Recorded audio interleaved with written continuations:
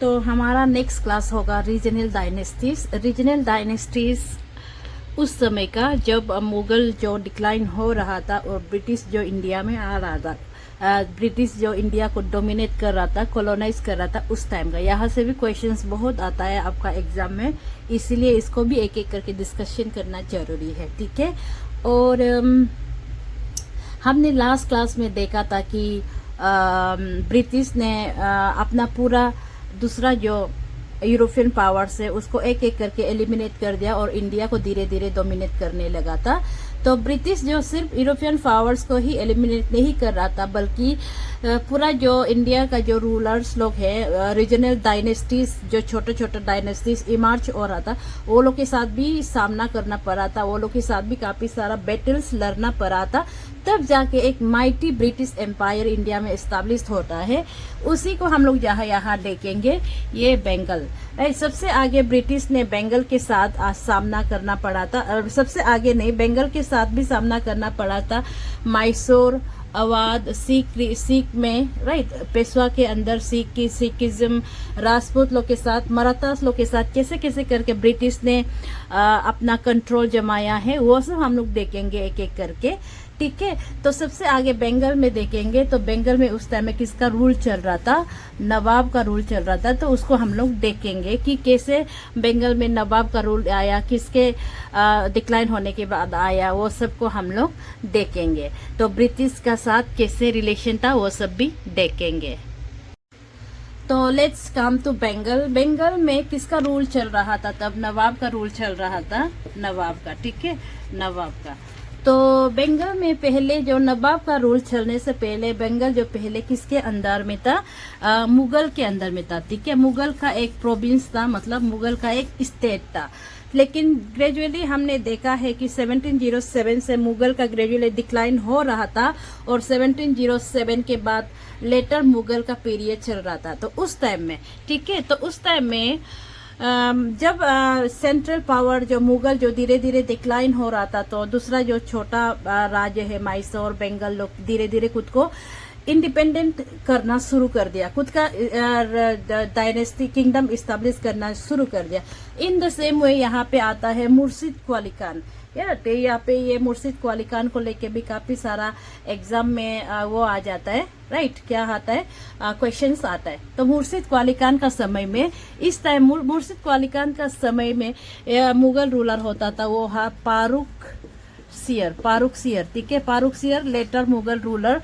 उसने क्या किया है, मुर्शिद कुली खान को बंगाल का गवर्नर बनाता है, गवर्नर बनाता है, गवर्नर का सूबेदार बोलता है ना, गवर्नर बनाता है, बोलता है कि आप मुगल का अंदर में रहो, लेकिन आप मुगल बंगाल को गवर्नर बन के बंगाल को देखभाल करो, बोल के मुर्शिद कुली खान को बना देता है।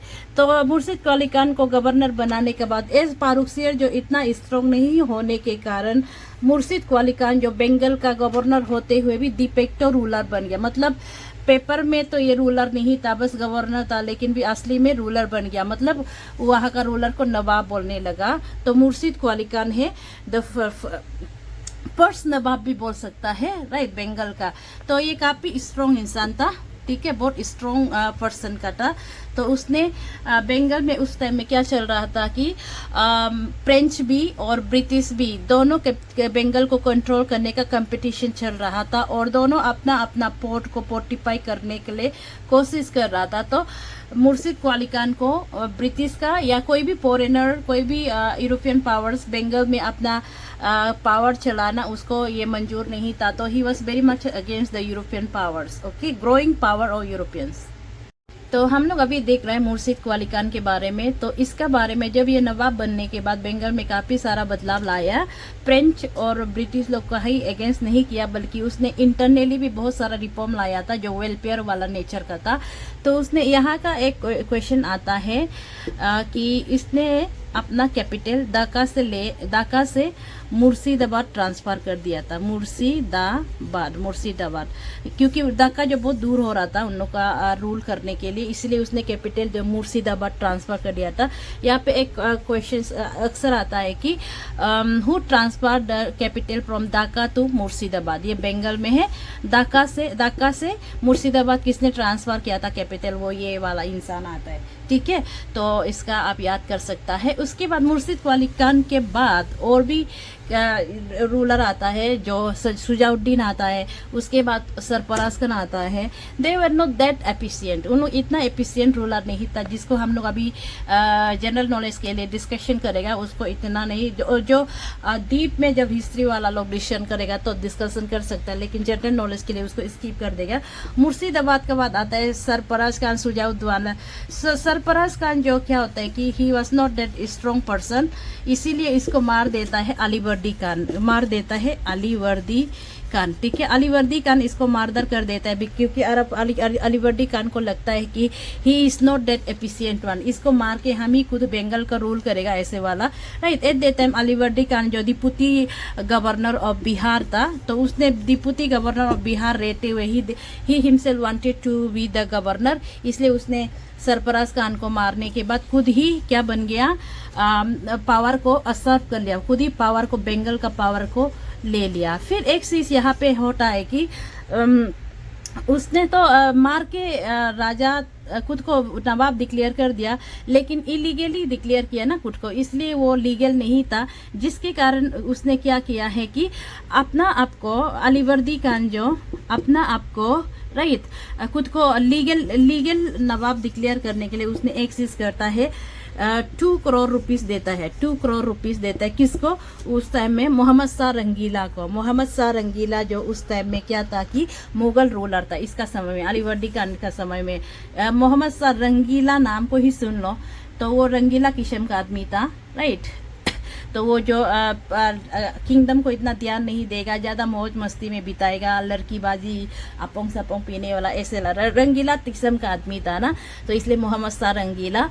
तो उसने क्या किया है, इससे 2 करोड़ रुपये ब्राइब लेता है और अलीवर्दी खान को, चलो आप मर्डर भी कर ही लिया, लेकिन भी क्या करेगा, मर्डर कर दिया तो कर दिया बोल के, आप ही लीगल बंगाल का रूलर बन जाओ बोल के अलीवर्दी खान को एक परमान इशू करता है, परमिशन इशू करता है, और Alivardi Khan himself became the legal nawab of Bengal. उसके बाद अब जब वो लीगल नवाब ऑफ बंगाल बनने के बाद उसने काफी सारा चेंजेस लाया है। He was very strong person and बहुत एबल एडमिनिस्ट्रेटर था, राजा बनने लायक बिल्कुल भी था, इसलिए उसने राजा भी बना है ना। तो बनने के बाद उसका वो, he could not tolerate the growing power of French, right, growing power of European in this one Bengal. उसको लगता था कि बंगाल हमारा है तो क्यों यूरोपियन पावर्स लोग बंगाल में अपना वो करेगा, राइट, रूल चालू करेगा। इसीलिए ही अपना बंगाल में नवाब बनते ही इसने दोनों को, फ्रेंच को भी और उसने क्या किया है, ब्रिटिश को भी, दोनों को वो चैलेंज करना शुरू कर दिया। और ही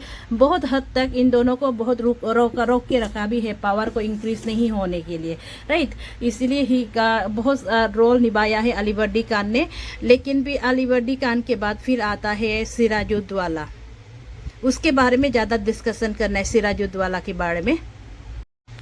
then our next nawab is Sirajuddaulah. जो सिराजुद्दौला जो एक इम्पोर्टेंट नवाब है, इनफैक्ट बंगाल का जब बात करेगा तो ये सबसे इम्पोर्टेंट माना जाता है डिस्कशन के लिए, नवाब के लिए नहीं, हमारा एग्जाम पॉइंट ऑफ व्यू से डिस्कशन के लिए सबसे इम्पोर्टेंट माना जाता है। ये अलीवर्दी खान का ग्रैंडसन था, तो उसने अलीवर्दी खान के बाद सिराजुद्दौला जो नवाब बनता है। और नवाब बनने के बाद as he was a very strong person, he also could not tolerate the British, growing power of British in Bengal, right. British जो उस टाइम काफी इंक्रीज हो रहा था और फ्रेंच जो उस टाइम थोड़ा वीक हो चुका था, और ब्रिटिश का पावर जो कंटिन्यूसली ग्रो हो रहा था। तो और बंगाल जो वो लोग, कलकत्ता जो उन लोग का ब्रिटिश का मेन सेंटर था, इसलिए सिराजुद्दौला जो बंगाल का नवाब होने के ही could not tolerate the growing power of British, मतलब ब्रिटिश का ग्रोइंग पावर होना, नवाब का डिक्रीजिंग पावर होना, इसलिए ही could not tolerate the growing power. And इसलिए क्या किया है, ही टारगेटेड ब्रिटिश, ओके। सबसे आगे इसने क्या किया है, वो बनते ही, नवाब बनते ही उसने कासिम बाजार जो एक ब्रिटिश फैक्ट्री है उसको टारगेट करता है राइट, अपना कंट्रोल में करता है। फिर 20 जून सक्सेसफुली वो कर पाता है, तो इससे इंस्पायर होके उसने क्या किया, 20 जून 1756 को उसने क्या किया है, इतना वो हिम्मत देखिए कि फोर्ट विलियम को ही कैप्चर कर दिया, फोर्ट विलियम को ही कैप्चर कर दिया। फोर्ट विलियम जो उस टाइम ब्रिटिश का सबसे इम्पोर्टेंट पोर्ट था, कलकत्ता में था, उसको ही कैप्चर कर दिया। ठीक है, तो इसके वजह से ब्रिटिश बहुत गुस्सा हो गया। शुरू में कासिम बाजार फैक्ट्री ये सब लेटेस्ट समय टॉलरेट कर रहा था, लेकिन मतलब अगेंस्ट कर रहा था, लेकिन इतना अगेंस्ट नहीं था। लेकिन जब पोर्ट विलियम को कैप्चर किया है तो ब्रिटिश लोग ने टॉलरेट नहीं किया और उन लोग को लॉर्ड क्लाइव को भेज दिया ये जो सिराजुद्दौला के साथ डील करने के लिए, और इन लोगों का बीच में वार हो जाता है। वार तो होना ही था क्योंकि दोनों सिराजुद्दौला भी ऑलरेडी डिक्लेयर कर दिया था कि कैसे भी हो करो, वार हो या लड़ो या मरो, हम बंगाल में ब्रिटिश को ग्रो होने नहीं देगा बोल के वार पेयर चलता है। लेकिन इसमें क्या होता है कि ब्रिटिश जो बहुत मॉडर्न आर्म्स एंड एमुनिशंस के साथ आता है और सिराजुद्दौला जो ऑलरेडी यहाँ पे उसने अपना पूरा आर्मी जो यूज करने के वजह से ये वार में वो हार जाता है, और हारने के बाद क्या करता है, ट्रीटी ऑफ अलीनगर साइन करता है। ठीक है, ट्रीटी ऑफ अलीनगर साइन करता है जनवरी 1757 का शुरुआत ईयर में। अलीनगर जो क्या है बोलने से, अलीनगर जो कलकत्ता का दूसरा नाम है। ये सिराजुद्दौला जो खुद नवाब बनने के बाद उसने कलकत्ता को रीनेम कर दिया था अलीनगर बोल के। तो कलकत्ता में ट्रीटी साइन होता है Alinagar, right, treaty of Alinagar sign होता है। लेकिन ब्रिटिश को हमेशा डर रहता था कि सिराजुद्दौला को अगर इस बार हमेशा के लिए खत्म नहीं करेगा तो क्या करेगा, वो हमें और भी तंग पहुंचाते रहेगा, ऐसा वो बाद में हमको और भी परेशान करेगा, हमारा फैक्ट्री को और जब्त करेगा। इसलिए हम लोग सिराजुद्दौला को हमेशा के लिए खत्म करना, क्योंकि इसका जैसा पावरफुल इंसान हम लोग बर्दाश्त नहीं कर सकते हैं। ब्रिटिश भी ऐसा सोच रहा था, इसलिए ब्रिटिश ने क्या किया है, होलवेल, ब्रिटिश का एक इंसान है, उसने होलवेल जो बोलता है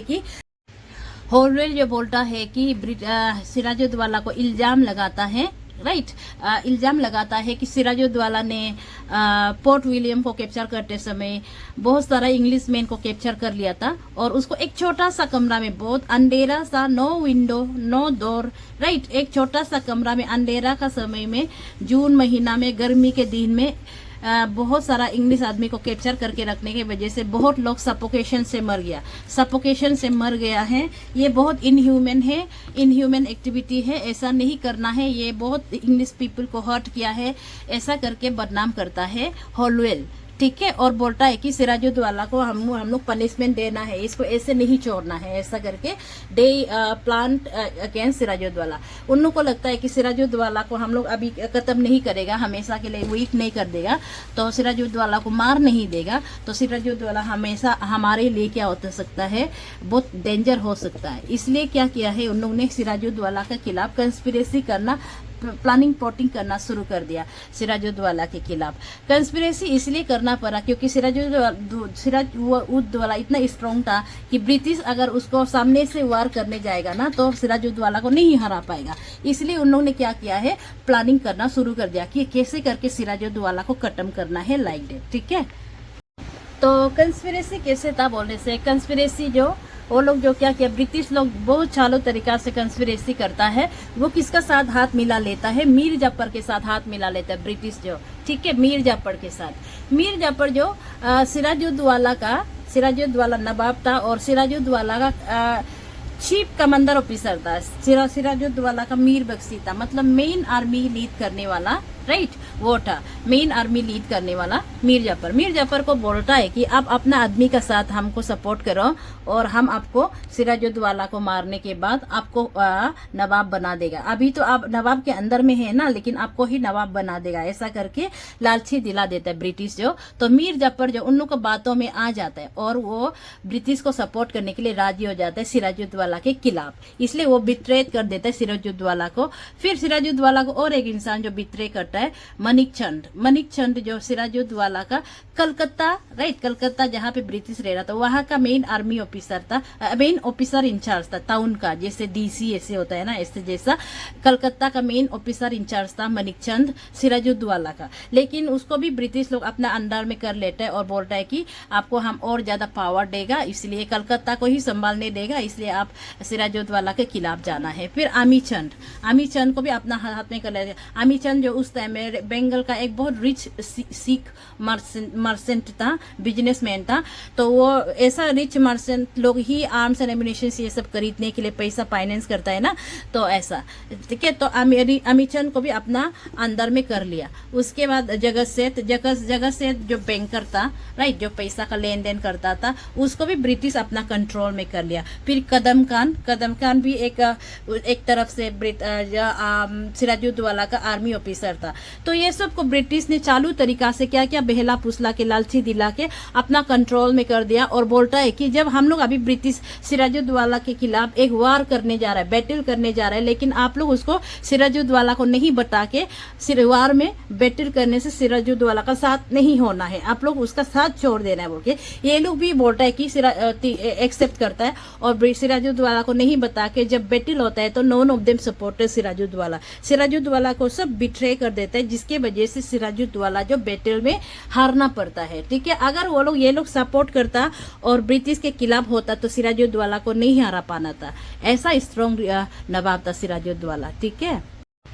और ब्रिटिश जब ये मालूम हो जाता है कि हम सिराजुद्दौला के खिलाफ बैटल करने से हम जीत जाएगा, क्योंकि हमने सिराजुद्दौला का बहुत इंसान को अपना कंट्रोल में कर लिया है, तब ब्रिटिश जो सिराजुद्दौला को फोर्स करता है बैटल करने का। और अल्टीमेटली इन 23 जून 1757, फिर गर्मी का दूसरा साल, राइट, तो 23 जून 1757 में सिराजुद्दौला और ब्रिटिश के बीच में वार होता है, बैटल होता है, जिसका नाम है बैटल ऑफ प्लासी जो एक टाउन है वेस्ट बंगाल में, राइट, वहां पे लड़ता है।